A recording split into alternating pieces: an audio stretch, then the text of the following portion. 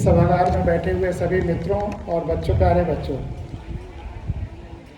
हमें इस तरह से शब्द इस्तेमाल करना चाहिए जो हमेशा पॉजिटिव हो, सकारात्मक हो ज़िंदगी में। कभी नकारात्मक शब्दों का इस्तेमाल नहीं करना चाहिए, क्योंकि शब्द ब्रह्म होते हैं, शब्द भी ईश्वर का स्वरूप होते हैं। लालका साहब, आपसे भी आग्रह करेंगे कि आप ध्यान से सुनिए, बातचीत अलाउड नहीं है हमारे सत्र में। तो जैसे उदाहरण के लिए, आप बुरा मत मानिएगा, आपने कहा कि अब हमको सुनने का कष्ट करें, सुनने का आनंद लें, ये कहिए। मैं कष्ट देने नहीं आया हूँ, तुम्हें आनंद से भर देने के लिए आया हूँ। तुम्हारे जीवन का हल पर आनंद से भरा हो और तुम जहाँ जाओ वहाँ आनंद ही भरा रहे, इसी के लिए तो पूरी साधना है। तो मेरी गज़ल का एक शेर है कि जुगनुओं को मिलजुल कर ढूंढ जोड़कर सूरज बनाना है। जुगनुओं को मिलजुल कर ढूंढ जोड़कर सूरज बनाना है। हर हाल में इस देश, धरा और लोकतंत्र को जगमगाना है। हर हाल में इस देश, धरा और लोकतंत्र को जगमगाना है। तो उस जगमगाने के प्रोसेस में आज इतने ढेर सारे जुगनू जो पूरे देश के इतने बड़े हिस्से से आए हैं, देखकर बहुत आनंद हो रहा है। तो बच्चों, सबसे पहले तुम्हारे प्रश्नों से ही शुरू किया जाए। जो भी तुम्हारे मन में प्रश्न हो पूछो, संविधान से जुड़ा हुआ, जीवन से जुड़ा हुआ, किसी चीज़ से जुड़ा हुआ, जो भी तुम्हारे प्रश्न हैं पूछो और निसंकोच। और अगर नहीं कुछ सवाल तुम्हारा समझ में तुरंत आ रहा है तो मेरे एक सवाल का खड़े होकर के जवाब देते जाओ कि तुम जिंदगी में क्या बनना चाहते हो, क्या करना चाहते हो। अपने प्रश्न भी पूछो और इस प्रश्न का उत्तर भी देते जाओ।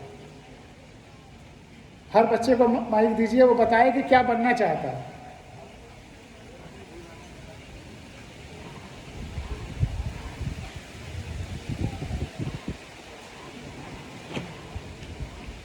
माइक ऑन कर लो। जी मेरा नाम सुशन स्वासी है और मैं झारखंड राज्य के सरायकेला खरसावां जिला से बिलोंग करता हूँ। क्या बनना चाहते हैं? जी उसके बारे में तो सोचा नहीं है, पर बहुत कुछ सोचता हूँ। जैसे जवान सबको देखता हूँ तो सीआरपीएफ जवान बनने का मन करता है, कि हीरो सबको देखता हूँ तो हीरो बनने का मन करता है, और डॉक्टर को देखता हूँ तो डॉक्टर बनने का मन करता है, और बहुत कुछ बनने का मन करता है। जैसे आपका भी मैंने देखा तो आप जैसा भी बनने का मन करता है। अरे वाह वाह। इसलिए अभी तक तो मैं डिसाइड नहीं किया हूँ क्या बनूंगा क्या नहीं बोल के। बहुत बढ़िया, बहुत बढ़िया। और क्या प्रश्न है तुम्हारा? मतलब क्या करूँगा क्या नहीं, कुछ समझ में नहीं आ रहा है। नहीं, हमसे कुछ पूछना चाहते हो, चाहे जीवन के बारे में, चाहे संविधान के बारे में, चाहे किसी बारे में, कुछ प्रश्न जो तुम्हें जी आगे कैसे बढ़े, मतलब अपना लक्ष्य को जो है कैसे डिसाइड करें, उसके बारे में बताइए। बहुत अच्छा मतलब प्रश्न बहुत है। कुछ सोचते हैं हम। इस पे चर्चा करेंगे कि लक्ष्य कैसे निर्धारित करें। बहुत अच्छा।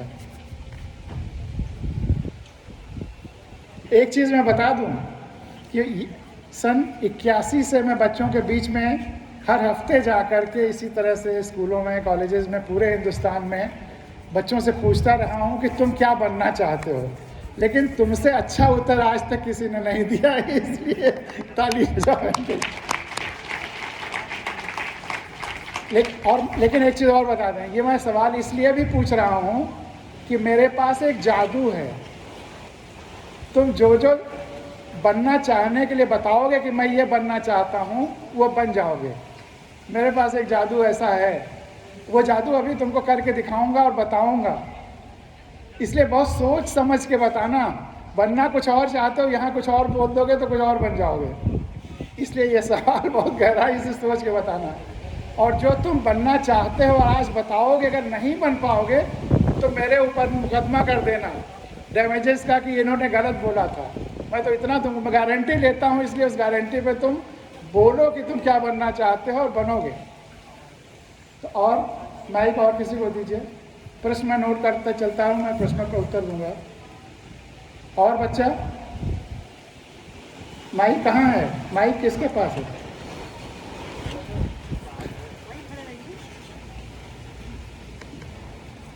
मेरा नाम है पूजा कुल्लू, मैं खिली जिला से आई हूँ।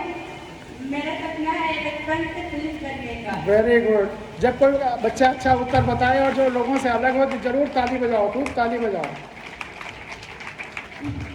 और तुम्हारा? हाँ, मेरा वजन बहुत कम है, ये 36 रहता, और खाने पीने के लिए बहुत कुछ बताते हैं, लेकिन खाते हैं फिर भी नहीं बढ़ पाता है, और बढ़ता है जब हम दौड़ते हैं तो कम हो जाते हैं। कैसे करें सर? ठीक है, बहुत अच्छा है।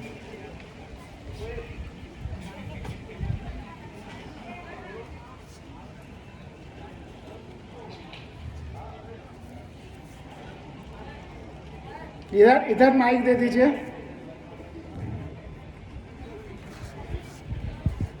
सर, मेरा नाम अभिषेक कुमार है। मैं जिला गया राजकुमार से आया हूँ। मेरा डॉक्टर बनने का सपना है और मैं डॉक्टर बनने के लिए तो मेहनत करना चाहता हूँ। लीजिए, आपकी समस्या का हल ढूंढने के लिए एक व्यक्ति तैयार है। और सब कम से कम क्या बनना चाहते हो ये बताओ। प्रश्न अगर नहीं तुरंत सोच पा रहे हो। हेलो, नमस्कार, प्रणाम सर। मेरा नाम अरविंद कुमार सिंह भोक्ता। तमाम भाई बहनों के पैर को प्रणाम करत बन जाए। मेरा सिंगर बनने का सपना है। वाह वाह वाह।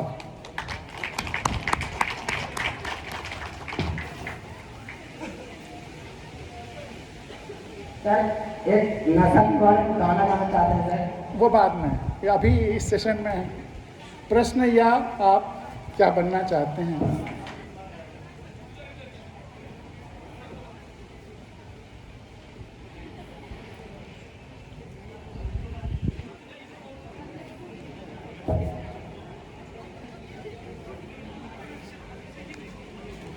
मेरा नाम सुनील टुडू है। मेरा नाम सुनील टुडू है और मैं गिरिडीह झारखंड से हूँ। मैं अपना करियर को लेकर कभी कभी बहुत ज़्यादा कंफ्यूज में रहता हूँ। कभी कभी ऐसा लगता है कि इंजीनियर बनूं, कभी मन में आता है कि बिजनेस करूं, लेकिन बिजनेस में एक समस्या आ जाती है कि शुरुआत कहाँ से करें। उसमें थोड़ा फंडिंग की जरूरत होती है, फिर कौन सा बिजनेस करें, तो समझ में नहीं आता है कि मैं इंजीनियरिंग करूं या बिजनेस करूं या कुछ सरकारी नौकरी करूं। ऐसे सरकारी नौकरी करने का मन तो नहीं है, लेकिन सबसे ज्यादा कंफ्यूज वही रहता हूं कि मैं आगे बिजनेस में अपना करियर बनाऊं या इंजीनियरिंग में। बस उतना सवाल है। ठीक है, ठीक है, थैंक यू, बहुत अच्छा। और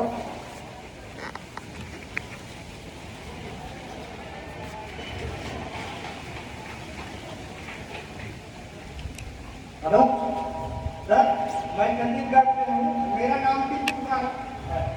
सर, मेरे एक सवाल ये है कि परिवर्तन कैसे करना है?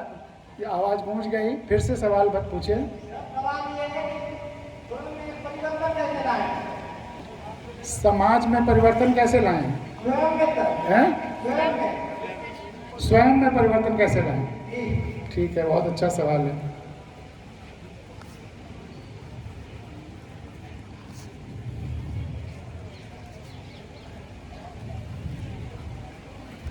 हेलो, हाँ, सर मेरा नाम पंडित नागे, छत्तीसगढ़ बस्तर जिला से।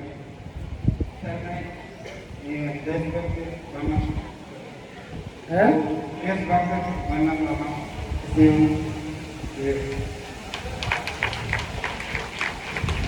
Thank you. मेरा 4 साल हो गए, मैं एक आचार्य हूँ। एक 4 वर्ष की बच्ची को शिक्षा देते हैं। टेक्निकल में जुड़ी गई महावर्ष। फिर इधर वाला मैं ठीक से सुन नहीं पाया, जरा दोबारा बोल दीजिएगा। देशभक्त के बाद क्या बोले हैं, फिर से बोल दीजिएगा। मैं राष्ट्र सेवक बनना चाहता हूँ। मेरा टेक्निकल विद्यालय में जीना आचार्य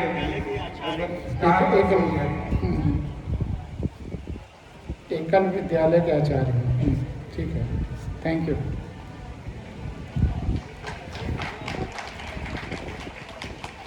और कोई? इधर एक हाथ उठा हुआ दाहिने तरफ और एक बाएं तरफ।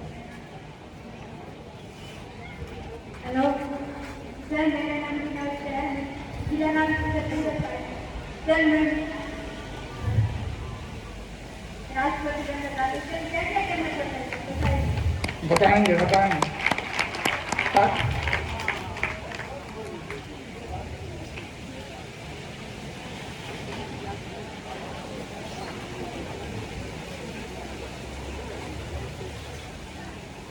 एक इधर हाथ उठे हुए, हाँ बोलिए। हाँ। मेरा नाम है मनोराम सेठिया, मैं बस्तर छत्तीसगढ़ से आया हूँ। कि मेरा एक सवाल है सर, यहाँ सभी तो है कि सब मैं ए बनूंगा वो बनूंगा, लेकिन कोई ये नहीं सोचा कि मैं किसान बनूंगा। मैं चाहता हूँ कि मैं किसान बनूंगा, गर्व से कहता हूँ।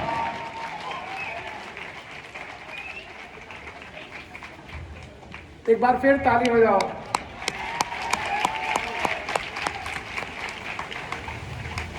नमस्कार सर, मेरा नाम दुर्गा मुंडा है। मैं झारखंड के सरायकेला कस्बा जिले से हूँ। मैं वैसे तो सर डिसाइड नहीं हुआ मेरा, मैं कभी बिजनेसमैन बनना चाहता हूँ। किसान तो आइए है तो मेरा भैया आर्मी में है, तो वो बोलते हैं कि आर्मी बन जाओ, मेरा हाइट हो जाए। वैसे तो आदिवासी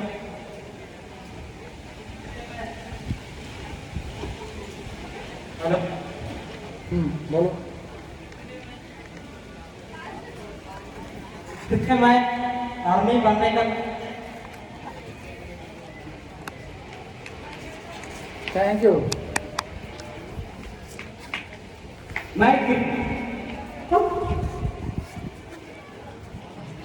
माइक जरा देखो।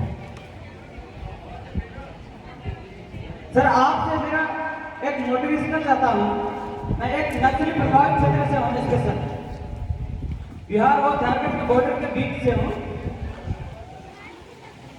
तो मेरा मीडियम में है, 162 है, बट मैं बहुत बार ट्राई किया है मिलिट्री बनने के लिए। आप आगे आ जाओ, आगे आ जाओ।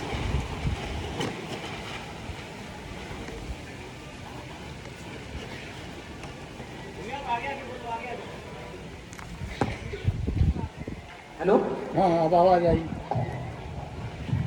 आवाज आई।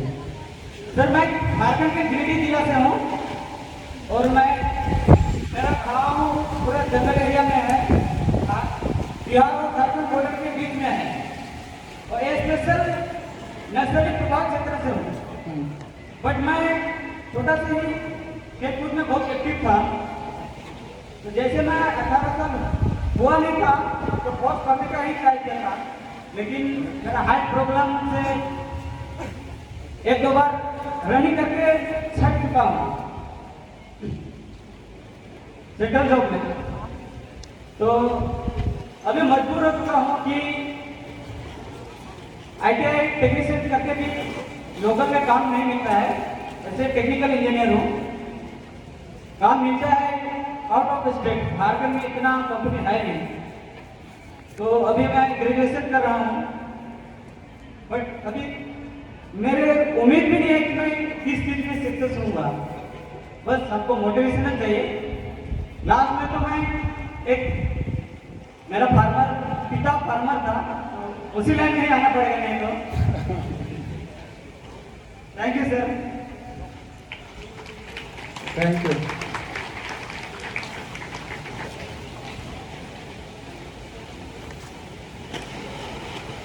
और कोई या आगे बातचीत शुरू की जाए?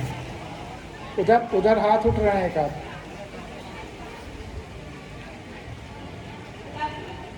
Good afternoon.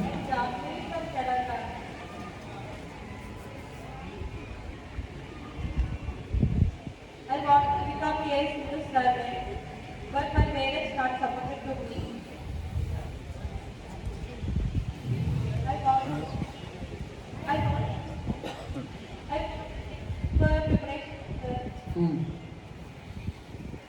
चलो इस पे चर्चा होगी। माइक को थोड़ा सा पास रखिएगा।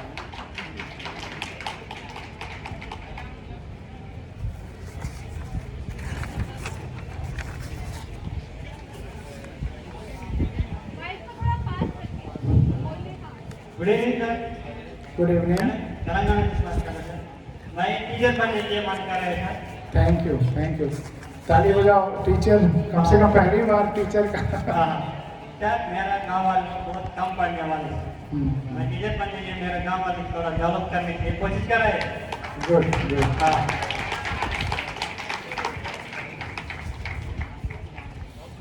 तो अब बात शुरू की जाए। कोई? हाँ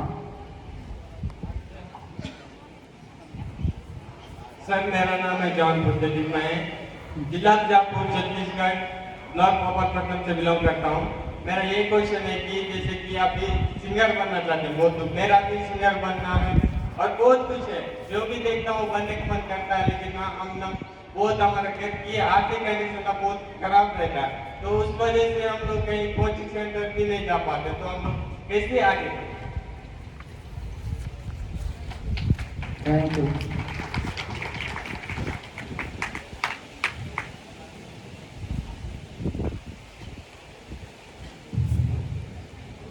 सर, मेरा नाम कुमारी सुभद्रान है। मैं छत्तीसगढ़ राज्य के बस्तर जिले से हूँ। मुझे कलेक्टर बनना है सर। इसके लिए क्या क्या करना पड़ेगा? बताएंगे और तुम कलेक्टर बनी हो, मैं समझ लो हो गए। Yes sir. Thank you. Thank you.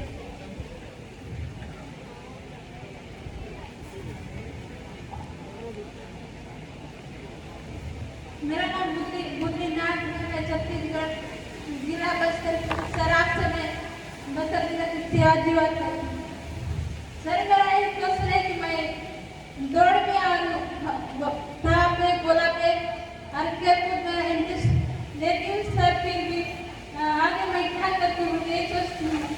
क्या भी बताइए मेरे को। ठीक है, चर्चा करेंगे।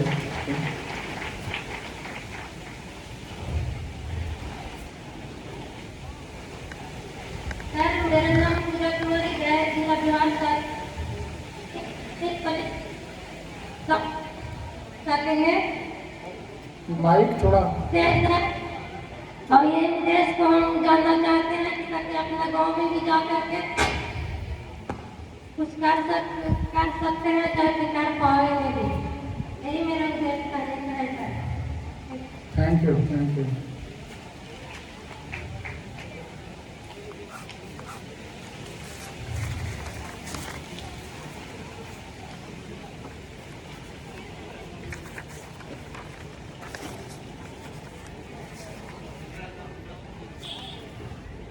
मेरा नाम अनिल कुमार है, जिला बिहार से।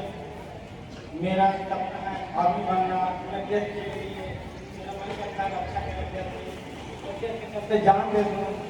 वाह, ये वाह। मन करता है कि मैं गरीब के कारण मैं ये नहीं सोचता हूँ आगे कैसे बढ़े। हो जाएगा, सब व्यवस्था हो जाएगी। Thank you.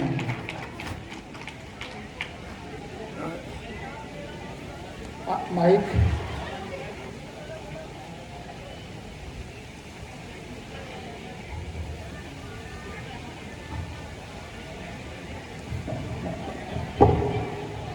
सर, मेरा नाम चंद्र कुमार। मेरा टीचर बनने का सपना है। Teacher, very good, thank you.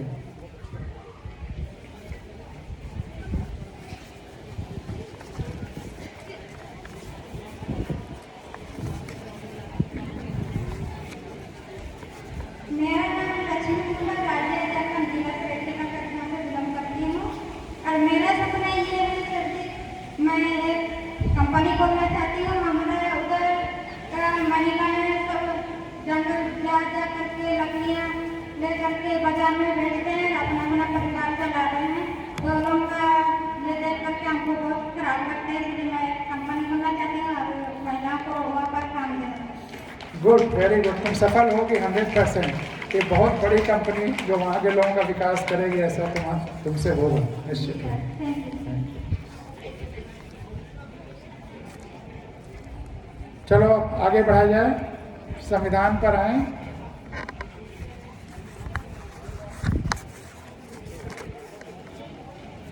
तो संविधान, हाँ बिल्कुल। सर मेरा नाम वीरू भाई, मैं गया जिला के आया हूँ। सर मेरा सपना ये है थिएटर बनूँ और दूसरा सपना सर मैं डॉक्टर बनूँ। अब मैं क्या करूँ सर, मेरा दोनों गम्य हुआ है। डॉक्टर और दूसरा क्रिकेटर, है थिएटर, क्रिकेटर। Yes, अच्छा sir. ठीक है। Thank you.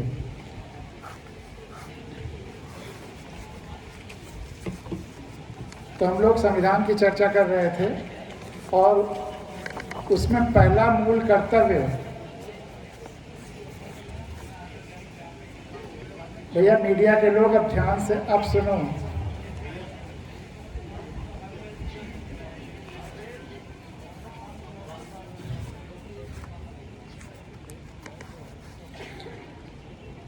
तो पहले वाले सेशन में हमने पहला मूल कर्तव्य क्या बताया था, कोई बच्चा? भारत के संविधान में हर व्यक्ति के करने का जो फर्स्ट फंडामेंटल ड्यूटी, पहला मूल कर्तव्य, हर आदमी को वह काम करना ही करना है, वो क्या है? भैया आपस में बात या इशारा मत करो, फोटोग्राफी हो या ना हो महत्वपूर्ण नहीं है।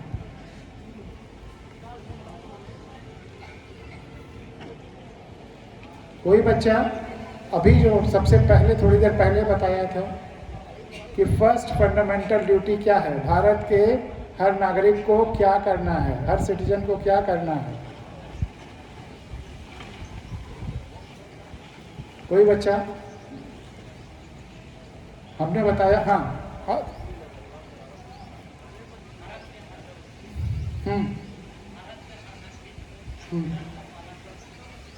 Very good. और ताली बजाओ, आधा सही है, अगला आधा वो भूल थोड़ा सा। और उसके आदर्शों, राष्ट्रध्वज और राष्ट्रगान का सम्मान करना है, आदर करना। वेरी गुड, ताली बजाओ। हमारा राष्ट्रगान क्या है? इसको किसने लिखा है? रविन्द्रनाथ टैगोर ने। Very good. और राष्ट्रध्वज क्या है? तिरंगा झंडा। Very good. अब कुछ और फंडामेंटल ड्यूटीज हैं हमारे।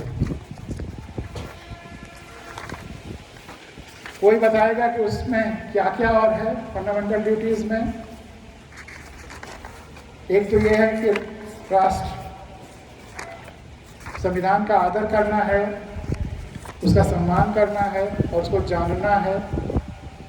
उसके अलावा जो दूसरा है, स्वतंत्रता के लिए हमारे राष्ट्रीय आंदोलन को प्रेरित करने वाले उच्च आदर्शों को हृदय में संजोए रखे और उसका पालन करे। जो मैं बता रहा हूँ सबको समझ में आ रहा है? हिंदी समझ में आ रही है कि नहीं? अगर न समझ में आ रहा है तो किसी को कहूँ जो तुम्हारे जानकार हो, तुमको और उसमें और इजी शब्दों में बता दे। मैंने तो जो संविधान में लिखा हुआ वही शब्द कहा है। स्वतंत्रता के लिए हमारे राष्ट्रीय आंदोलन को प्रेरित करने वाले उच्च आदर्शों को हृदय में संजोए रखे और उसका पालन करें। राष्ट्रीय आंदोलन में कौन कौन से लोग थे? किसकी कुर्बानी से हमें आज़ादी मिली? कुछ लोगों का नाम बताओ तुम लोग। हमें जो आज़ादी मिली, हाँ, हाथ मत उठाओ, सीधे खड़े होकर के बता दिया। भगत सिंह, वेरी गुड, ताली बजाओ। और very good, very good, very good. अरे वाह कमाल है, वेरी गुड। और कोई छूटा हो नाम? अरे तुम लोगों ने बिरसा मुंडा जी का ही नाम छोड़ दिया। हाँ, ताली बजाओ। और हैं? हाँ, और हैं? किसके? ताली बजाओ। झांसी की रानी कब थी? किस 1800? और हमें आज़ादी कब मिली? 1947। तो कितने साल हो गए? 90 साल आज़ादी की लड़ाई हुई है, तब हमें आज़ादी मिली है। और 7 लाख लोगों ने अपने जान की बाजी दी है, तब हमें आज़ादी मिली है। तो ये जो आज़ादी की गंगा है, आज़ादी इतने लोगों की तपस्या से और शहादत से मिली है। तो ये जो आज़ादी की गंगा, उसके बाद आज़ादी का जो अमृत है, हम सब भारत के लोग अब जो मालिक हुए हैं इस देश के, इस की गंगा, संविधान की गंगा, यह अभी तक जन जन को नहीं गई है। तुम सब में से आज जो संविधान की कथा हो रही है, संविधान की चर्चा हो रही है, इसके पहले कितने बच्चे संविधान के बारे में जानते थे? हाथ उठाओ। तुम तो बैठ जाओ। एक भी नहीं। तुम लोग, हाँ तुम लोग तो खैर मान लो आदिवासी क्षेत्र के हो। मैं सो कॉल्ड जो ज़्यादा जानकार क्षेत्र हैं, गाँवों में, कस्बों में, वहाँ भी जाता हूँ। 1400 से ज़्यादा मेरी संविधान कथाएं हो चुकी हैं देश में, अलग अलग क्षेत्रों में। वहाँ भी लोगों को संविधान के बारे में जानकारी नहीं है। जिस संविधान को हर नागरिक को जानना है, जो पहला मूल कर्तव्य है, वह अभी जन जन तक पहुँचा ही नहीं। ये कितनी बड़ी विडंबना है। आज़ादी के 45 साल बाद भी लोगों को संविधान की जानकारी नहीं है। यही जानकारी नहीं है कि हम भारत के लोग इस देश के मालिक हैं। तुम में से कितने लोग ये जानते हैं कि इस देश के मालिक हम भारत के लोग हैं? यहाँ आने के पहले कभी तुमको इस बात को बताया गया कि हम भारत के लोग इस देश के मालिक हैं? इसीलिए भारत के लोग अपने को प्रजा माने हुए हैं और प्रजातंत्र माने हुए हैं, जबकि ये लोकतंत्र है, जनता मालिक है।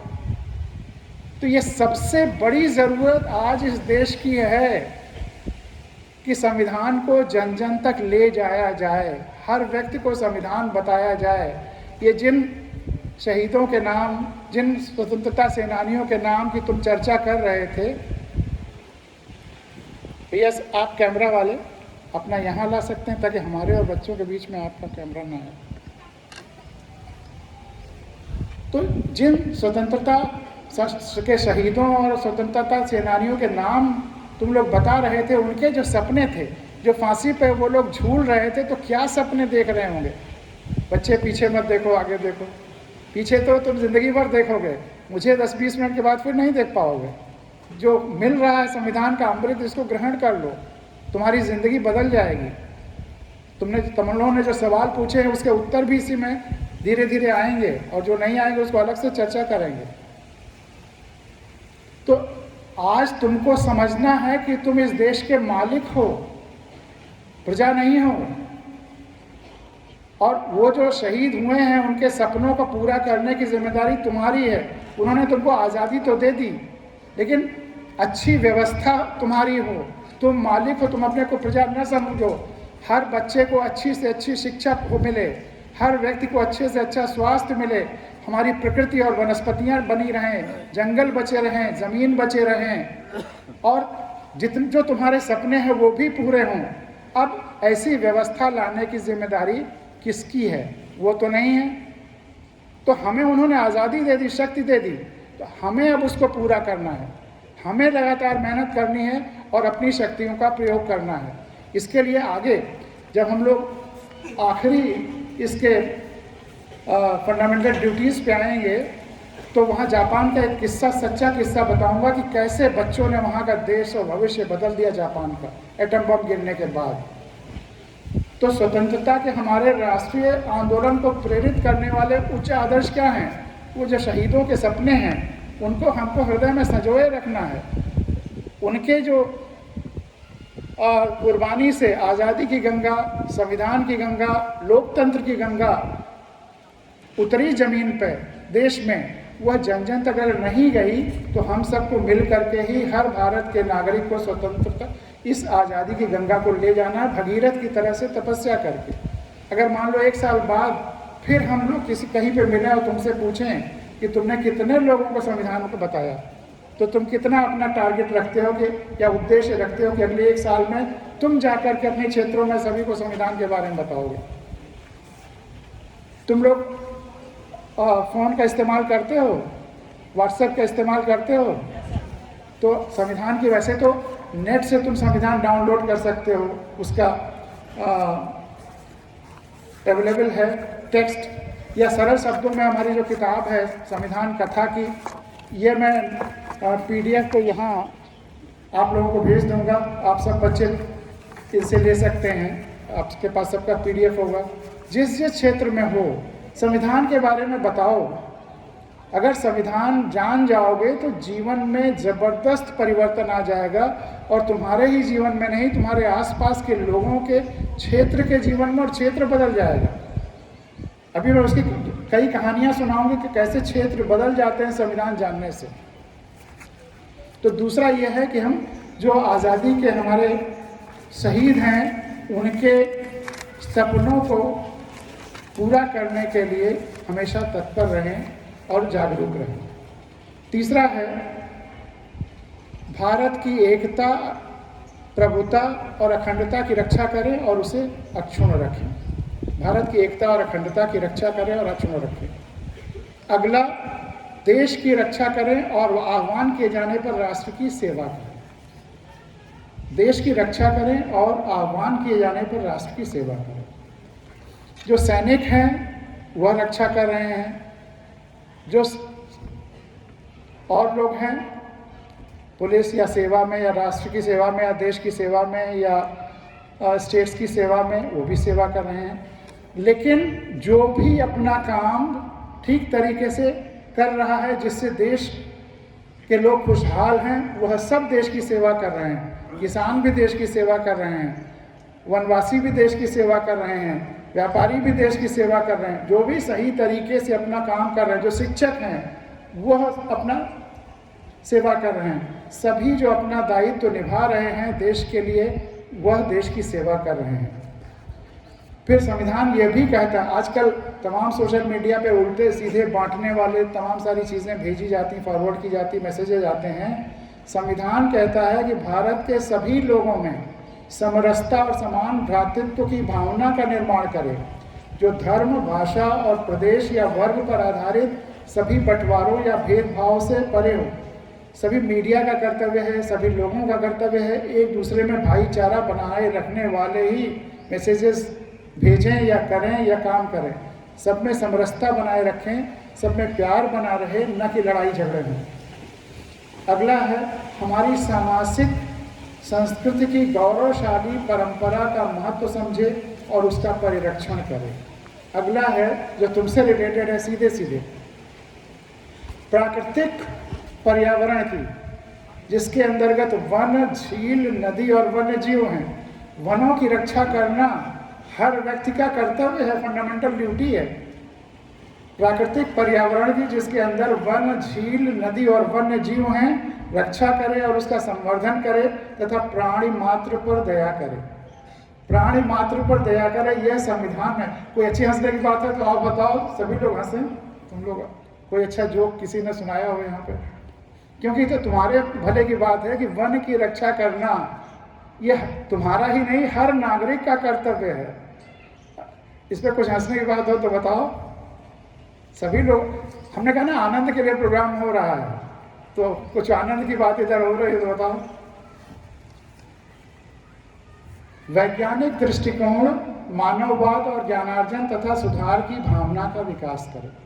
हमारा संविधान ये भी कहता है कि मानववाद, वैज्ञानिक दृष्टिकोण और सुधार की भावना का विकास करें।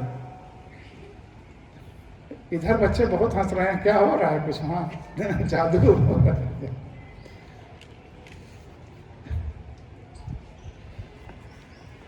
अच्छा चलो, अब हम ही हंसने की एक बात करते हैं, तुम लोग हंसने का मन है तो ये जो, अगर तुम कहीं जा रहे हो और बिल्ली रास्ता काट लेती है तो क्या करना चाहिए? हैं? क्या करते हो? पत्थर मारना चाहिए। और बताओ, हैं? रास्ता नहीं काटती है? अरे जो लोग गाड़ी चलाते हैं उनसे पूछो, अगर बिल्ली रास्ते में चली गई आगे तो गाड़ी रोक लेते हैं या गाड़ी पीछे करते हैं कि दूसरी गाड़ी आए तब जाएं? हैं? तब जाएं। तो तुम्हारे आदिवासी क्षेत्रों में क्या परंपरा है बिल्ली रास्ता काटने पे?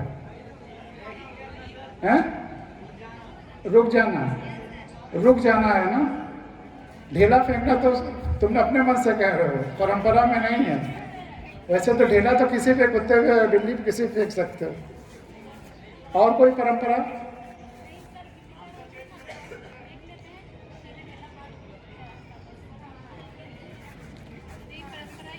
हाँ, मतलब हर जगह यही परंपरा है कि या तो रुक जाते हैं या थोड़ा पीछे हो जाते हैं या इंतजार करते हैं कोई और आगे जाए। अच्छा ये बताओ, तुम लोगों के जहाँ पढ़ रहे हो वहाँ स्कूल है कि नहीं? तुम लोग जिन क्षेत्रों में है स्कूल है? किस किस क्लास तक? 8th क्लास तक। कोई ऐसा बच्चा है जिसके 2-4 किलोमीटर तक कोई स्कूल ना हो? वो तो ठीक है, स्कूल के हमारे यहाँ यूपी के ज़्यादातर गांवों में जो स्कूल है स्कूल लायक नहीं है। ये कभी वही स्कूल हैं लेकिन स्कूल में अच्छी पढ़ाई नहीं होती। ये संकट सबसे ज़्यादा रूरल एरियाज में है। स्कूल नीचे भी गिर गया तो वो हमारे घर के स्कूल की तरह बचपन के है, वहाँ स्कूल बिल्डिंग गिर चुकी थी। चलो खैर, बिल्ली वाले बात पे आते हैं। ये बिल्ली जब रास्ता काटती है तो रुक जाना या पीछे आ जाना, इसका कारण क्या है? और ये संविधान की ये धारा उससे जुड़ी हुई है, इसीलिए उसकी चर्चा कर रहा हूँ। उसका कारण क्या है?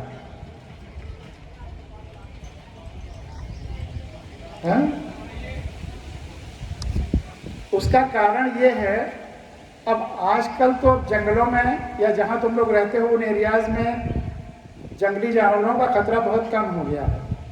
और हम चाहे शहर में रह रहे हों, गांव में रह रहे हों, जहाँ भी रह रहे हों, आज से 1000, 1500, 2000 साल, 2500 साल, 3000 साल बाद हम सब जंगलों में रहते थे। हमारे सब पुरखे पीछे चले जाएं तो हम सब जितने लोग यहाँ बैठे हुए हैं सब जंगलों से ही आए हैं, कोई शहर से नहीं है। शहर तो बाद में बसे हैं। तो जब हम सब जंगलों में थे तो वहाँ की बहुत सारी यादें, बहुत सारी मेमोरीज, बहुत सारे हमारी आदतें वहीं से आई हुई हैं। तो इसीलिए शहरों में भी वही है कि रुक जाना या पीछे हट जाना। कारण यह है कि सबसे ज़्यादा सूंघने की शक्ति किसकी होती है? पूरे धरती पर किस जानवर को सबसे ज़्यादा सूंघने की शक्ति है? बिल्ली को। और जब हम जा रहे हैं किसी रास्ते पे और चारों तरफ जंगल हैं, सड़कें नहीं हैं, पगडंडियाँ कहीं हैं या नहीं है, 2-4 लोग जा रहे हैं और बिल्ली इधर से उधर दौड़ी, तो यह आशंका होती थी कि शायद इधर कोई खतरनाक जानवर है, इससे डरकर बिल्ली उधर भाग रही है। तो मनुष्य भी सोचता था उस समय का कि कुछ खतरा है इधर, इसलिए हम पीछे हट जाएं। इसलिए वो पीछे हट जाता था, वापस ही चला जाता था। आज अब पीछे हट करके हम सड़क पे जा रहे हैं, लखनऊ शहर में सड़क पे जा रहे हैं, और अगर बिल्ली काटी, हम गाड़ी पे जा रहे हैं तब भी पीछे हो जाते हैं जैसे कि कोई खतरनाक जानवर इधर हो। तो ये कंडीशनिंग है, ये अंधविश्वास है। जो चीज़ें 1000 साल पहले जहाँ हम थे वहाँ हो रही थी, उसको हम आज ले आए। आज उसकी कोई आवश्यकता नहीं है। ये तो अंधविश्वास वैसे ही होते हैं कि अगर कभी हम बारिश हो रही थी और छाता तान लिया, या तेज़ धूप है और हमने छाता तान लिया, अब बारिश बंद हो गई, छाता और तेज़ धूप बंद हो गई, फिर भी हम छाता ताने चल रहे हैं। अंधविश्वास ऐसे ही होते हैं। तो हमारा संविधान कहता है कि हमें अंधविश्वासों से दूर रखना है, अपनी आंखें खुली रखनी है, वैज्ञानिक दृष्टिकोण रखना है।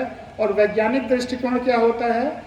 जो सच है उसकी तलाश, सच्चाई की तलाश ही विज्ञान और वैज्ञानिक दृष्टिकोण है। मानववाद, ह्यूमनिज्म, सारे मनुष्यों के कल्याण की भावना, और सुधार की भावना का विकास करें। अगला है व्यक्तिगत और सामूहिक हितों की में सभी क्षेत्रों में उत्कर्ष की ओर बढ़ने का सतत प्रयास करें, जिससे राष्ट्र निरंतर बढ़ते हुए प्रयत्न और उपलब्धि की नई ऊंचाइयों को छू ले। अगर हम अकेला कोई मेहनत कर रहे हैं, कार्य कर रहे हैं, तो वह एक हमारी व्यक्तिगत गतिविधि हुई। सब मिलजुल करके कोई काम कर रहे हैं, चाहे टीम में, ऑफिस में काम कर रहे हैं, पढ़ाई कर रहे हैं, खेल कर कूद में हैं, चाहे वो मिलजुल करके टीम में भाव से काम कर रहे हैं या व्यक्तिगत काम कर रहे हैं। संविधान कहता है कि हमें हर काम में अच्छे से अच्छा प्रदर्शन करना है, उत्कर्ष एक्सीलेंस की तरफ बढ़ना है। संविधान हमें खुद प्रेरित करता है कि हमें एक्सीलेंस की तरफ जाना है, हमें न आलस करना है, न कमतर रहना है। जितना हमसे अधिक अच्छे काम संभव हो उतना वैसा करना है, जिससे देश बढ़ते हुए प्रयत्न की, एफर्ट की, काम करने की ऊंचाइयों को छू लें। इसी में एक्सीलेंस में हम पढ़ते हैं तो हमको पढ़ने में भी एक्सीलेंस करना है। इसी में के लिए मैंने कहा था कि जापान के एक टीचर का उदाहरण देंगे। ये उदाहरण ही अपने में काफ़ी है। पढ़ाई में भी आगे बढ़ने के लिए संसाधन की उतनी ज़रूरत नहीं है जितनी अपने मेहनत की। अगर हम अच्छा पढ़ते हैं तो मदद कहीं ना कहीं से, प्राकृतिक नियम है, ईश्वरीय नियम है कि कहीं न कहीं से मदद ज़रूर आ जाएगी। ऐसा हो ही नहीं सकता कि हम बहुत मेहनत से काम कर रहे हों, पढ़ रहे हों और आगे बढ़ने का हमें अवसर ना मिल पाए। 1-2 साल इंतज़ार करना पड़ सकता है, लेकिन हर बच्चा जो बहुत मेहनत करेगा उसको अवसर मिलेगा। तो जापान के उस टीचर की कहानी है, उत्कर्ष की भावना हर बच्चे में विलक्षण शक्ति है। वो मंत्रों अक्षरोनास्ति वाला जो मैंने सुनाया था वो भी श्लोक भी ध्यान में रखिए। और ये तो चान उस किताब का नाम है जो जापान की किताब है। किसी बच्चे ने उसका नाम सुना है? बाद में हाई स्कूल और इंटर के कुछ किताबों में, कोर्सेज में वो किताब आ गई थी, उसके कुछ चैप्टर्स। तो चान एक टीचर है जो समाज के सारे रिजेक्टेड बच्चों को पढ़ाता है। रिजेक्टेड बच्चे आपने पढ़ा है मुफ्ती तो चान किताब? बहुत बढ़िया। तो वो समाज के सारे रिजेक्टेड बच्चों को पढ़ाता है, जिसके माता पिता बहुत गरीब हैं, स्कूल में दाखिला नहीं दिला पाते, या जो बच्चे एडमिशन टेस्ट में फेल हो गए, या जो बच्चे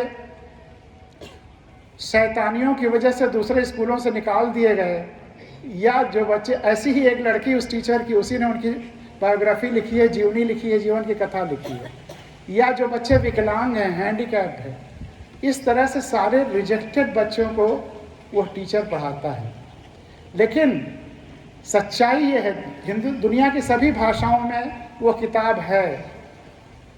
उस स्कूल से निकले हुए सब के सब बच्चे जापान की टॉप मोस्ट पोजीशंस पे पहुंचते हैं। एक भी बच्चा न नीचे रहता है, न फेल होता है। तो इस बात के लिए कम से कम जोरदार ताली तो होनी चाहिए कि समाज के सारे रिजेक्टेड बच्चे टॉप मोस्ट पोजीशंस पर पहुंच जाते हैं। संसाधनों की कमी भी बाधा नहीं आती। कभी वो ट्रेन की, उसके पास ज़्यादा संसाधन नहीं है टीचर के पास, कभी ट्रेन की डिस्कार्डेड बोगी में, पड़ी हुई ऐसी बोगी में, कभी डिस्कार्डेड बस में, कभी पेड़ के नीचे पढ़ाता है। लेकिन उस स्कूल से बच्चे हुए सब के सब बच्चे जापान की टॉप मोस्ट पोजीशंस पर पहुंचते हैं। तो तुम में से जो बच्चे जिनको संसाधन की कमी महसूस हो, अगर पढ़ने में बहुत उतनी दिलचस्पी और जिजीविषा है, तो कम से कम तुम युवा केंद्र को अपनी परेशानी लिख करके भेज सकती हो, हम लोगों को भेज सकती हो। कहीं ना कहीं किसी न किसी तरह से कोई ना कोई तुम्हारी मदद करेगा और तुम अपने उद्देश्य को प्राप्त करोगी। वह टीचर भी ऐसा ज़िंदगी भर करता रहा था। और दूसरा अंतिम है कि माता पिता और संरक्षकों को छोटे बच्चों की विशेष ध्यान देना है 14 साल के उम्र तक। तो यह तो रहा फंडामेंटल ड्यूटीज़ हर नागरिक की। लेकिन क्या केवल नागरिकों को ही फंडामेंटल ड्यूटी है? क्या सरकारों का कोई उद्देश्य, मतलब उनकी कोई ड्यूटी नहीं है? जो सरकारें, अच्छा ये बताओ कितने तरह की सरकारें होती हैं? एक केंद्र सरकार होती है, एक राज्य सरकार और तीसरी सरकार भी एक होती है।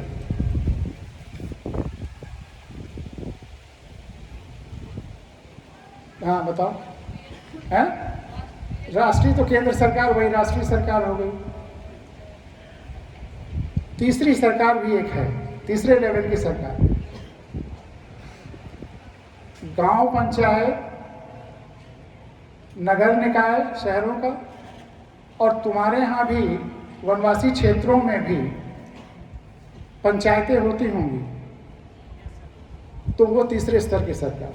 तो 3 स्तर की सरकारें हैं, केंद्र सरकार, राज्य सरकार और क्षेत्रीय सरकारें कह सकते हो। ये तीनों सरकारों को किस तरह से काम करना चाहिए, कैसे लोगों की देखभाल करनी चाहिए, इनका क्या कर्तव्य है, यह भी संविधान में लिखा हुआ है। तीसरे स्तर की जो सरकारें हैं, इनको कैसे काम करना है, यह भी लिखा हुआ है संविधान में। इसको क्या कहते हैं? नीति निदेशक तत्व, directive principles of state policy. कोई बच्चा रिपीट करेगा? नीति निदेशक तत्व। इसमें यह है कि कोई सरकार ऐसी इस तरह से काम नहीं कर, सारी सरकारें ऐसे काम करेंगी, सुनो, सारी सरकारें ऐसे काम करेंगी जिससे जन कल्याण हो। ऐसा ना हो कि किसी आदमी के पास बहुत ज़्यादा धन हो जाए और किसी के पास बहुत कम रह जाए, और कोई क्षेत्र बहुत ज़्यादा विकसित हो जाए, कोई क्षेत्र विकसित ही ना हो।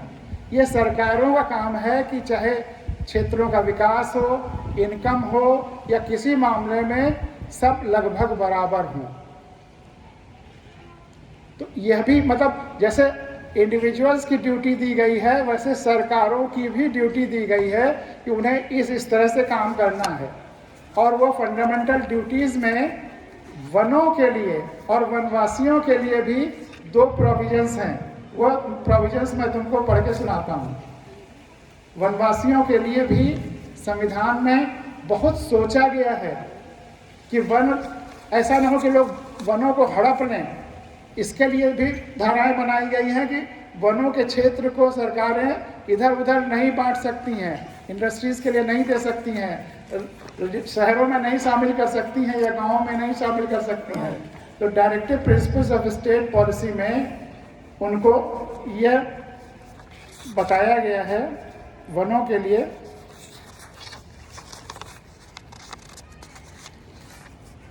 कि पर्यावरण का संरक्षण और संवर्धन तथा वन्य और अन्य जीवों की रक्षा राज्य देश के पर्यावरण के संरक्षण तथा संवर्धन का, वन्य तथा वन जीवों की रक्षा राज्य करेगा। यह आर्टिकल 48(1) में है। सारे सरकारों की यह ड्यूटी है कि वन क्षेत्र और वन की रक्षा करें, वन में रहने वालों की रक्षा करें। और तुम्हें नौकरी में, शिक्षा में तुम्हारे लिए देखभाल हो, इसके लिए आर्टिकल 46 में संविधान में लिखा हुआ है कि राज्य जनता के दुर्बल वर्गों के, विशिष्टतया अनुसूचित जातियों और अनुसूचित जनजातियों के शिक्षा और अर्थ संबंधी हितों की विशेष सावधानी से अभिवृद्धि करेगा और सामाजिक अन्याय और सभी प्रकार के शोषण से उनकी संरक्षा करेगा। संविधान में लिखा हुआ है कि किसी संसाधन की कमी की वजह से तुम्हें आगे बढ़ने में न रुकावट हो। आर्टिकल 46, अगर तुम अपने को मालिक मानो तो तुम्हें वोट देने का अधिकार जल्दी ही मिलेगा, और तुम्हारे आसपास के लोगों को वोट देने का अधिकार है। जिसको वोट दे तुमसे मांगने आए उससे पूछो कि संविधान में आर्टिकल 46 में लिखा हुआ है कि हमको शिक्षा का अधिकार ही नहीं है। हमारी शिक्षा की व्यवस्था करना सरकार का दायित्व है। वो डिमांड करो, शपथ पत्र उनसे लो कि हम अगर हम जीतेंगे तो ऐसा करेंगे। संविधान में तुम्हारे लिए पूरी व्यवस्था है कि तुम्हें किसी संसाधन के अभाव में शिक्षा से तुम न वंचित रह जाओ। इसीलिए ये बातें तुम्हारे सामने रखना चाहता हूँ। संविधान तुम्हारे लिए रामबाण औषधि है। तुम्हारी जितनी समस्याएं हैं सब हल हो जाएंगी अगर तुम संविधान जान जाओगे तो। किसी की हिम्मत नहीं पड़ेगी कि वो तुम्हारी समस्याओं को अगर तुम उससे कहो और उसको ना पूरा करे। तो इसलिए ये फंडामेंटल ड्यूटीज सरकारों के लिए है कि सरकारों को ऐसा करना है। इसके अलावा ये भी है मौलिक अधिकार, फंडामेंटल ड्यूटीज के साथ फंडामेंटल राइट्स। तुम्हें कुछ फंडामेंटल राइट्स भी दिए गए, हर भारत के नागरिक को संविधान में कुछ अधिकार दिए गए हैं। वो अधिकार कुछ बच्चे बताएंगे, मौलिक अधिकार क्या है, फंडामेंटल राइट्स की तो बात बहुत होती है। हाँ प्लीज बच्चे बताओ। वेरी गुड, एक एक करके बताओ और एक एक करके लोग ताली बजाएं। पहले स्वतंत्रता का अधिकार पे ताली, फिर हैं दूसरा समानता का अधिकार, फिर ताली बजाओ। माइक दे देते तो अच्छा हैं? हैं? संस्कृति का अधिकार, वेरी गुड, ताली बजाओ। बहुत अच्छे, तो बहुत इंटेलिजेंट और अच्छे बच्चे हैं। माइक ले लो, माइक ले लो। नहीं हमें नहीं सुनाई पड़ रहा है, हमारे लिए माइक ले लो। हैं? अच्छा और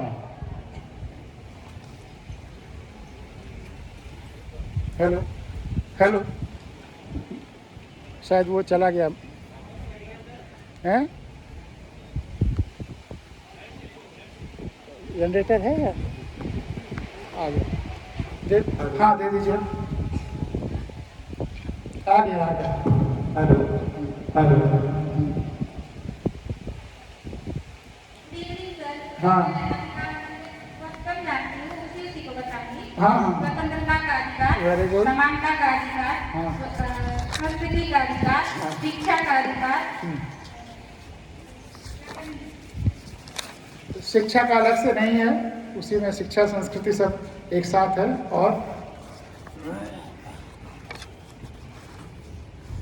और कोई बच्चा?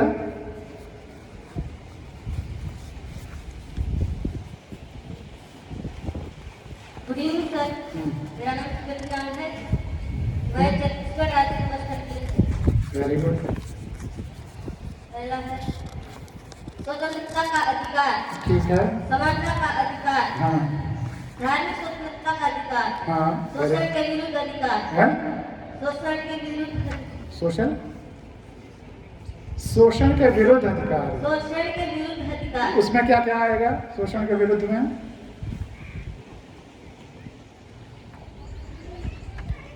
जो पहले जबरदस्ती बंधुआ मजदूर करके काम कराते थे, या जो कारखानों आदि में छोटे बच्चों को शोषण करते हैं, तो वह, या ह्यूमन ट्रेड जो होता था, मनुष्यों का जो ट्रेडिंग होती थी, दास प्रथा या इस तरह का, या बच्चों का, इसको बंद करने का, इसी तरह के शोषण के विरुद्ध अधिकार। Very good. और संस्कृति और शिक्षा का अधिकार। हाँ, संस्कृति और शिक्षा का अधिकार, वेरी गुड। तुमने तो सारे बता दिए सही सही, ताली बजाओ पूरी तरह से। और एक और है, वो बच्चों के लिए उतना है, वो है कि अगर तुम्हारे इन अधिकारों का हनन हो रहा है, कोई तुम्हारे इन अधिकारों का नहीं तुम्हें मिलने पा रहा है, कोई उसको रोक रहा है, तो तुम सीधे सीधे सुप्रीम कोर्ट जा सकते हो। इन अधिकारों को अगर कोई रोक रहा है तो उसके खिलाफ तुम्हें सीधे सुप्रीम कोर्ट में जाने का अधिकार है, सीधे सीधे रिट के माध्यम से। तो इन अधिकारों को न्यायालय द्वारा सुरक्षित करने का अधिकार। Very good. तो ये तो रहा संविधान के आपने कंपेयर किया था ना, मुझे बुलाने के लिए आप आए थे ना, तो मूल कर्तव्य और अधिकार तो चर्चा काफ़ी हद तक हो गई। संविधान के बारे में 2-3 और चीज़ें आपको के सामने रख करके आपको जो प्रश्न थे या आपने जो अपने बारे में बताया था, उस पर चर्चा करना चाहेंगे।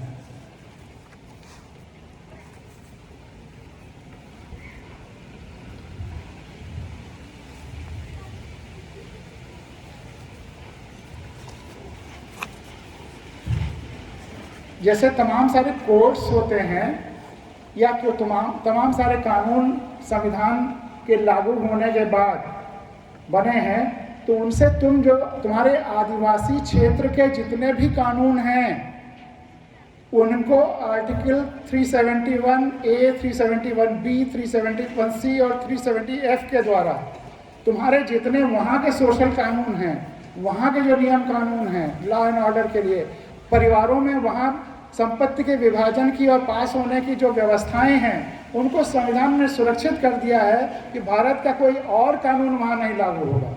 जिन जिन वनवासी और आदिवासी क्षेत्रों में जो पुरानी चली आई तुम्हारी संस्कृति है, उसको सुरक्षित करने के लिए यह संविधान में व्यवस्था है। इसके अलावा लोकसभा में, राज्यसभा में, तुम्हारे असेंबलीज में सीटें आदिवासी क्षेत्रों के लोगों के लिए जो सुरक्षित हैं, वह भी संविधान के द्वारा सुरक्षित की गई हैं। तो संविधान ने भरपूर कोशिश की है कि हमारे जो वनवासी क्षेत्र के लोग हैं, उनका जीवन सुखद हो और उनकी संस्कृति बची रहे। इसको हमारे संविधान और संविधान निर्माताओं ने बहुत अध्ययन करके, उन क्षेत्रों में जा करके, समझ करके उनको संविधान में स्थान रखा है। तो इसीलिए मैं कहता हूँ ये संविधान एक गंगा की तरह है, इसको जन जन तक ले जाना हम सबका कर्तव्य है। वो भगीरथ ने जब तपस्या किया और असली गंगा को जमीन पे उतारा, तो सबसे पहले गंगा कहाँ गई? शंकर की जटाओं में। फिर भगीरथ ने दोबारा तपस्या की और गंगा को जन जन तक ले गए, जन कल्याण के लिए। लेकिन उन शहीदों के सपनों की गंगा, संविधान की गंगा, आज़ादी की गंगा अगर जन जन तक अभी तक नहीं गई है, तो अब वो स्वतंत्रता आंदोलन के शहीद तो नहीं यहाँ हैं कि वह जन जन तक ले जाएंगे। तो अब कौन भगीरथ बनेगा जो इन सारी चीज़ों को, इन सारी जानकारियों को जन जन तक ले जाएगा? इसको हम ही को, आपको भगीरथ बनना पड़ेगा।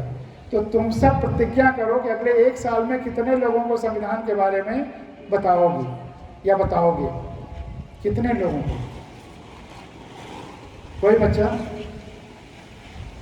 हाँ बताओ, कितने लोगों को? मैं झारखंड गिरिडीह डिस्ट्रिक्ट से हूँ सर। बहुत ऐसे लोग हैं जो नहीं जानते हैं और हम भी नहीं जानते हैं। जो आपने बताया कि संविधान पढ़ने के बाद आपको बहुत कुछ सीख मिलेगी और बहुत सारे रास्ता भी मिलेंगे, इसलिए सर हम भी पढ़ेंगे और जो गाँव में उन लोगों को भी पढ़ाएंगे। तो लगभग कितने लोगों को 1 साल में बता देंगे? तो बता नहीं सकते अपने लगभग में 200 की। Very good, very good, very good. और बच्चे? और बच्चे? कोई? चलो तो हम यही मान लेते हैं कि कम से कम 200 तो सभी लोग बताएंगे, 200 से ज़्यादा ही बताएंगे। अब इसी संविधान से जुड़ा हुआ, लोकतंत्र से जुड़ा हुआ, तुम लोग काफ़ी अब तक सीरियस बातें हो रही थी, मैं देख रहा था, इसलिए इधर उधर सर घुमा रहे थे। अब फिर मैं एक ऐसी मजेदार बात करने जा रहा हूँ कि तुम अटेंटिव होकर के हमें सुनोगे और सर सबका सामने की तरफ आ जाएगा, इधर उधर नहीं देखोगे, पीछे नहीं देखोगे। मैं एक कहानी सुनाने जा रहा हूँ और उससे ज़्यादा अच्छी कहानी दुनिया में आज तक नहीं लिखी है। लोकतंत्र की, आम आदमी की ताकत की कहानी हमने अपने गाँव में सुनी थी। लोक कथा, ये बस्ती ज़िले में एक, मेरा गांव तो शहर से 45 किलोमीटर दूर है, जंगल ही समझो, बगल तक जंगल है। बचपन में ये कहानी सुनी तो बड़ी अच्छी लगी, मज़ा आया, लेकिन इसका अर्थ नहीं समझ में आया कि इतनी गहरी है ये कहानी। और बड़े होकर जब पूरी दुनिया की कहानियाँ शुरू की पढ़नी, सारी भाषाओं की, तो सबसे पहले मुझे ये कहानी रूसी भाषा में मिली। कहाँ वो कहानी? मेरे गांव में अवधि में सुनी मैंने, और वही कहानी रूसी भाषा में, रूसी भाषा से हिंदी में ट्रांसलेशन हो करके एक मैगजीन में पढ़ने को मिली 70 के दशक में। फिर अरबी भाषा में मिली, दक्षिण भारत की भाषाओं में मिली, वनवासी क्षेत्रों की भाषाओं में भी है ये लोक कथा, तुमने भी हो सकता है सुनी हो। तो एक कहानी, लोक कथा कैसे बनती है? हमारे पुरखों ने कुछ देखा, सुना, महसूस किया खुली आँखों से, उसको एक कहानी या रूप में अपने नई अगली पीढ़ी को दिया। एक गांव से दूसरे गांव, एक पीढ़ी से दूसरी पीढ़ी, चलती चलती वो कहानी पूरी दुनिया में फैल गई। जब छापेखाने नहीं थे, किताबें नहीं थी, नेट नहीं था, ये सब ट्रांसमिशन के साधन नहीं थे, तब एक कहानी पूरी दुनिया में फैल गई। सोचो उसमें कितनी बड़ी ताकत होगी एक कहानी। और वो कहानी 2 चिड़िया की है। तुमने सुनी होगी, जब मैं सुनाना शुरू करूँगा तो तुमको लगेगा अरे ये तो मैंने सुनी है। 2 चिड़िया थी, तोता मैना, जैसे मैंने अपने गांव में सुना। बहुत भूखे थे, बहुत ढूंढने पर उन्हें दाल का दाना मिलता है। उस दाल के दाने को वो सोचते हैं कि आधा आधा बांटने, आधा आधा न्यायपूर्वक बांटने के लिए एक खूंटे में रगड़ते हैं। रगड़ने से वो 2 हिस्सों में बंट तो जाता है, लेकिन खूंटे में कोई दरार वगैरह रही होगी तो आधा हिस्सा उसमें फंस जाता है। जब तोता और मैना उसको नहीं निकाल पाते उस आधे हिस्से को, तो मैना तो जो आधा हिस्सा बाहर है उसको लेके उड़ जाती है। अब तोते का आधा हिस्सा है, तोता नहीं निकाल पाता तो बढ़ई के पास जाता है, बेचारा क्या करे, और बढ़ई से कहता है, जैसा मैंने अपने अवधी भाषा में सुना गांव के, कि बढ़ई बढ़ई खूंटा चीरो, खूंटे में दाल बा, का खाई का पी का लय परदेश में। बढ़ई उसको डांटता है, तो हट तोते, तुम्हारे छोटे से दाल के दाने के लिए हम खूंटा क्यों चीरें। राजा के पास जाता है, राजा से शिकायत करता है। मैं संक्षेप में आगे बढ़ता जाऊंगा क्योंकि समय की सीमा है, और इसके बाद करीब 5-10 मिनट तुम लोगों के सवालों पर भी मुझे तुम्हें मोटिवेट या गाइड करना है। तो राजा के पास जाता है और राजा से कहता है, राजा राजा बढ़ई डांटो, पूरी बात बताता है।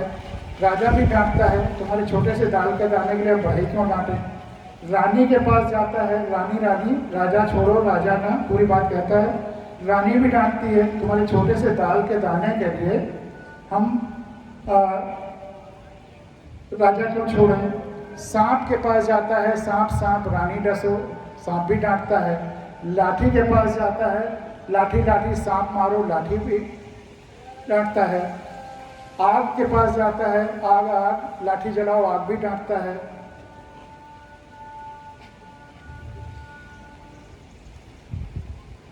नदी के पास जाता है, नदी नदी आग बुझाओ, नदी भी डांटती है। हाथी के पास जाता है, हाथी हाथी नदी सोखो या सोख लो, क्योंकि हाथी के सूंड से ढेर सारा पानी ले लेता है, प्रतीकात्मक है। नदी भी डांटती है और हाथी भी डांटता है।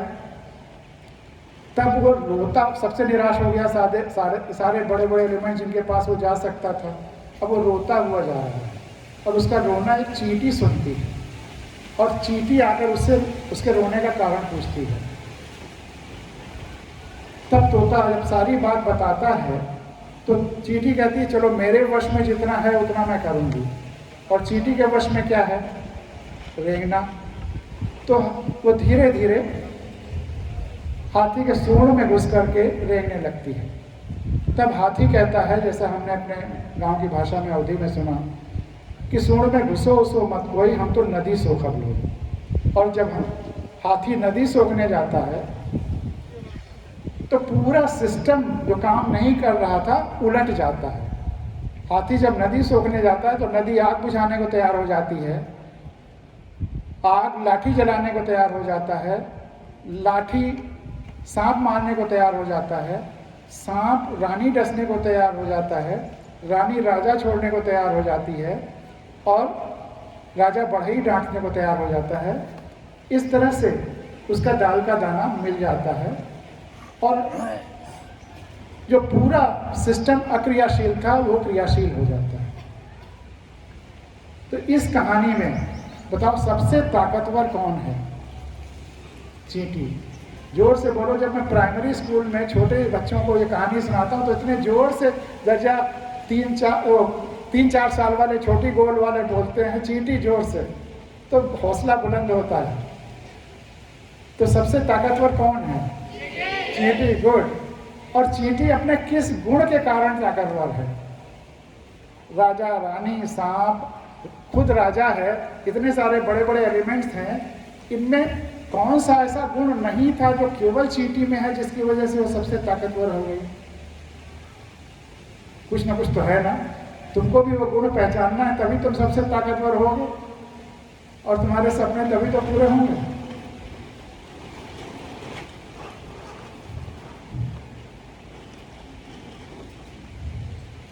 कौन सा ऐसा गुण है जो चींटी में है बाकी सब में नहीं?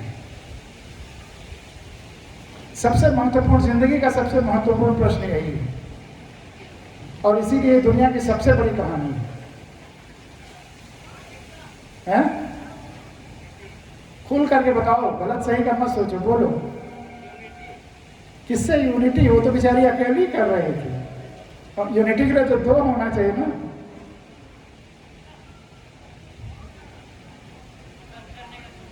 ताली बजाओ, आधा सही है, मदद करने का गुण।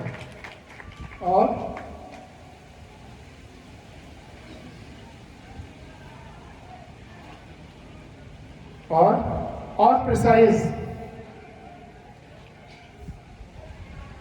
संवेदना सुना है? संवेदना शब्द है? वेदना शब्द सुना है? पीड़ा शब्द सुना है? पीड़ा को ही वेदना भी कहते हैं। तो पीड़ा या वेदना से संवेदना बनता है जब हम दूसरे की पीड़ा को अपनी पीड़ा जैसा समझते हैं। संवेदना का अर्थ है जब हम दूसरे की पीड़ा को अपने जैसे समझें। इसको इंग्लिश में सेंसिटिविटी कहते हैं, संवेदना हिंदी में कहते हैं। इसके मतलब कि दूसरे की पीड़ा को जब हम अपनी पीड़ा जैसा समझते हैं। और किसी में यह गुण नहीं था। राजा, रानी, सांप, हाथी, जितने एलिमेंट्स हैं सब बहुत बड़े एलिमेंट्स थे, लेकिन किसी को इतनी पीड़ा नहीं हुई जब चींटी उनके पास जा करके गिड़ाई कि उसके लिए कुछ करे। लेकिन चींटी को जब तोता सबके पास गिड़ाया, लेकिन चींटी को इतनी संवेदना हुई कि वह खुद जाकर चींटी से उससे रोने का कारण पूछा। और सबके पास तोता गिड़गिड़ाते हुए गया था, चींटी खुद उसके पास जाकर रोने का कारण पूछ रही है। तो सबसे ज़्यादा संवेदना या केवल संवेदना चींटी ने ही दिखाई। राजा, रानी और बाकी एलिमेंट्स ज्ञान बल में, धन बल में, संसाधन के बल में, बाहुबल में बहुत भारी रहे होंगे, लेकिन क्योंकि संवेदना का बल नहीं था इसलिए कोई सिस्टम पलट नहीं पाया या कुछ काम नहीं करा पाया। तो संवेदना का बल हमेशा ड्राइविंग सीट पे होता है। अगर संवेदना का बल नहीं है तो आपके बाकी सारे बल धरे रह जाते हैं। आपकी शक्ति उभरती तभी है जब आप में संवेदना का बल होता है। तो यह सूत्र आपके लिए, जो मैंने सवाल पूछा था कि जो जो आपके सपने हैं वो पूरे हो जाएंगे, मैं गारंटी लेता हूँ, तो उस गारंटी का कारण ये कहानी है। और संविधान और लोकतंत्र की ये कहानी जननी है। इसमें चींटी कौन है? इस कहानी में चींटी कौन है? आम आदमी। चींटी आम आदमी है। अगर इस देश को देखिए तो 136 करोड़ हम सब चींटियां हैं, लेकिन हम सब चींटियां अगर एक दूसरे के बारे में सोचें, हम पेड़ पौधों वनस्पतियों के बारे में सोचें, सबके बारे में सोचें, सबके सुख दुख को अपना समझें, हम किसी को तकलीफ न दें और सबके कल्याण के लिए काम करें, तो चींटी आम आदमी है। और वही आम आदमी ताकतवर है। वही आम आदमी अगर संविधान को जान करके उसी अनुरूप व्यवस्था में सही लोगों का चुनाव करने लगे तो पूरी व्यवस्था बदल जाएगी। यही संविधान ने चाहा था। उसमें यही है कि जब संविधान सभा में राजेंद्र बाबू संविधान पास करते समय अध्यक्ष थे, बोल रहे थे कि दोहरी जिम्मेदारी उन्होंने दी थी कि अच्छे चरित्रवान, ईमानदार, संवेदनशील लोगों को आप अपने प्रतिनिधि बनाओ संविधान लागू हो जाने के बाद, और फिर चमत्कार देखो। तो पहले संविधान जानो और उस चींटी जैसे को कि जो सबके लिए सोचती है, ऐसे चींटियों को आगे बढ़ाइए तो पूरा परिवर्तन हो जाएगा। और चींटी की ताकत ये दिखाती है, जब दुनिया में लोकतंत्र रहा होगा, राजशाहियाँ रही होंगी, तानाशाहियाँ रही होंगी, तब भी जनता की ताकत को यह कहानी बखूबी निरूपित करती है, बताती है। और तुम्हारे लिए यह है कि चींटी को बहुत ज़्यादा मेहनत नहीं करना था, हल्का सा हाथी के सूंड में रेंगना पड़ा और सब कुछ बदल गया। ऐसे ही तुम्हारे जितने सपने हैं सब पूरे हो जाएंगे। बहुत ज़्यादा घनघोर करने की कुछ ज़रूरत नहीं है, लेकिन संवेदना के साथ सबकी भलाई की, सबके कल्याण के ऐसे काम की तरफ आगे बढ़ो, इस भावना से आगे बढ़ो कि तुम्हारा भी कल्याण हो, तुम्हारे परिवार का भी कल्याण हो, समाज का भी कल्याण हो, देश का भी कल्याण हो, और तुम्हारे जंगल का भी कल्याण हो, वनस्पतियों का भी कल्याण हो, धरती का कल्याण हो। अगर इस भावना के साथ काम करते रहोगे थोड़ा थोड़ा रोज, तो एक समय आएगा कि तुम्हारे सपने पूरे हो गए, तो जो तुम बनना चाहते हो बन जाओगे। संवेदना के साथ किया गया छोटा सा भी काम स्विच दबाने की तरह होता है। जैसा एक स्विच दबाओ तो बड़े बड़े मशीन्स, मोटर्स और क्या क्या चल जाते हैं, वैसे पूरी संवेदना के साथ अगर जीवन भर थोड़ा थोड़ा आगे बढ़ते रहोगे तो जितने सपने तुमने बताए हैं और जो तुम सोच रहे हो नहीं बताए, वह सब पूरे हो जाएंगे। तो यहाँ पर अपनी संविधान से जुड़ी हुई बातें पूरी कर रहा हूँ। तुम्हारे प्रश्नों के बहुत संक्षेप में चर्चा करेंगे।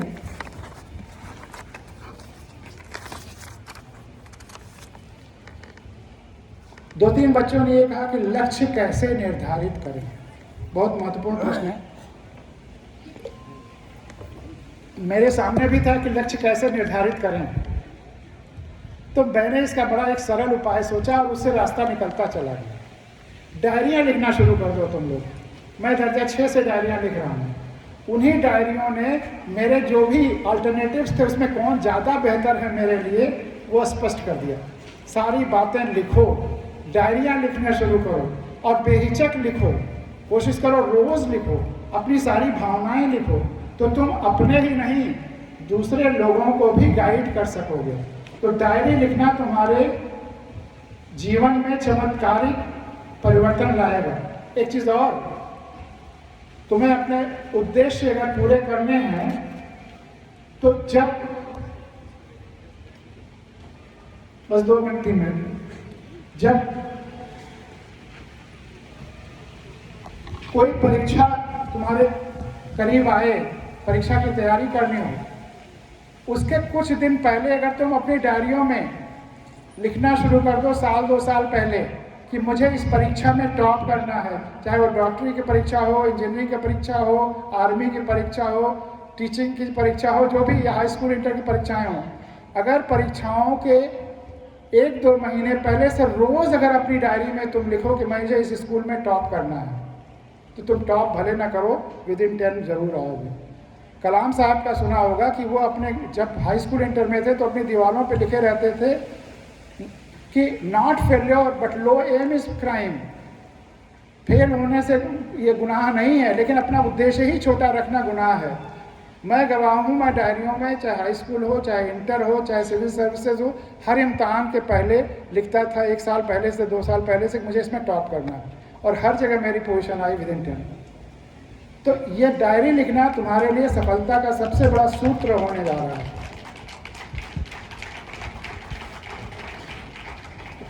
इस बिटिया ने पूछा था कैसे खाएं पिएं और कि वो पचे, तो इसका मैं डॉक्टर तो नहीं हूँ, लेकिन कुछ तुम्हारे आदिवासी क्षेत्रों में ऐसी वनस्पतियाँ जरूर होंगी जो इसमें फ़ायदा करेंगी। कोई डॉक्टर भी इसमें राय दे सकता है, सलाह दे सकता है, और मैं चूँकि खुद डॉक्टर नहीं हूँ तो अगर अपना नंबर दो तो मैं किसी वैद्य और डॉक्टर से डिस्कस करके तुम्हें भेज सकता हूँ। और बच्चों ने लिखा इंजीनियर और बिजनेस में क्या बेहतर है, तो वो डायरियाँ लिखना शुरू करो और कुछ ना कुछ रास्ता निकलेगा। फिर भी अगर नहीं हो तो मेरा नंबर ले लेना, मुझसे फ़ोन पे बात कर लेना, क्योंकि अब यहाँ बच्चे थोड़ा अधीर हो रहे हैं। फिर स्वयं में परिवर्तन कैसे लाऊं, इसके लिए अभी रामबाण दवा वही डायरियाँ लिखना है। परिवर्तन आएगा। अपने को देखो कि मुझसे ये गलती हो गई, एनालाइज करो हर घटना को, अपने में जो परिवर्तन लाना चाहते हो रोज़ लिखो कि मुझे मैं ये परिवर्तन लाना चाहता हूँ। सेल्फ डिटर्मिनेशन डेवलप होता है। देशभक्त बनना, जो भी काम आप अच्छाई से परिवार, समाज, प्रकृति और देश और धरती के लिए अच्छा कर रहे हैं, वो हर देशभक्ति का काम है। और संवेदनशीलता बहुत ज़रूरी है, खास करके व्यवस्था में। इसकी एक चीज़ मैं कहना भूल गया कि इस देश की सबसे बड़ी ट्रेजिडी ये है कि पिछले 18-20 सालों में 7 लाख से अधिक किसानों ने आत्महत्याएं की हैं। किसानों, कुछ बच्चे ने इशारा किया किसान बनना चाहता है, लेकिन जो किसानों ने आत्महत्याएं की हैं यह देश के लिए बहुत ही दुखद पहलू है।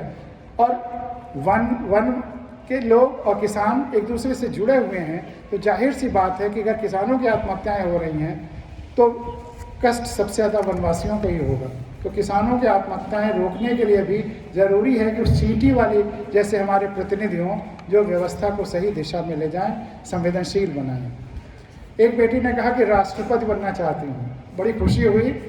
तुम में से जितने बच्चे बैठे हैं सब में राष्ट्रपति, प्रधानमंत्री, बड़े से बड़े वैज्ञानिक या जो भी तुम सोचते हो सब होने की संभावना है। मैंने कहा कि जो भी महापुरुष या बड़े व्यक्ति आज तक हुए हैं वे सब पेड़ हो चुके हैं, तुम सब बीज हो और हर बीज में हर पेड़ से बड़ा होने की संभावना है। तो ताली बजाओ, क्या पता कि आज से 30-40 साल बाद इन्हीं में से कोई राष्ट्रपति हो जाए, प्रधानमंत्री हो जाए, अपने स्टेट का मिनिस्टर हो जाए, सबसे बड़ा डॉक्टर हो जाए, नोबेल पुरस्कार पाने वाला वैज्ञानिक हो जाए, सब कुछ हो सकते हैं। एक बच्चे ने कहा था किसान बनना चाहते हैं, बहुत खुशी की बात है। डिसाइड नहीं कर पाता, एक और बच्चे ने कहा था उसके लिए भी यही है डायरी लिखना। और पुलिस बनने के लिए भी, अगर पुलिस बनना चाहते हो तो उम्मीद तो IPS का रखो और उसी तरह से मेहनत करना शुरू करो धीरे धीरे। अगर IPS नहीं हुए तब भी सेकंड बेस्ट हो जाओगे, लेकिन केवल पुलिस का सबसे नीचे तबके पे मत सोचो, ऊंचे से ऊंचा। फिर एक बच्चे ने कहा कि कलेक्टर बनना चाहता हूँ या चाहती हूँ, भूल गया, या खेलकूद क्या करूँ। आप तुम एक अभी ताज़ा गाज़ियाबाद के DM का एग्जाम्पल है जो ओलंपिक्स में भी जीता है और कलेक्टर भी है। तो तुम अच्छे से अच्छा क्रिकेटर भी बन सकते हो और कलेक्टर भी बन सकते हो, दोनों में बाधा नहीं है, दोनों हो सकते हो। तो इसी के साथ हमें काफ़ी कोशिश की तुम्हारे प्रश्नों के भी उत्तर दे सकूं और 1 घंटे 17 मिनट का मेरी बातचीत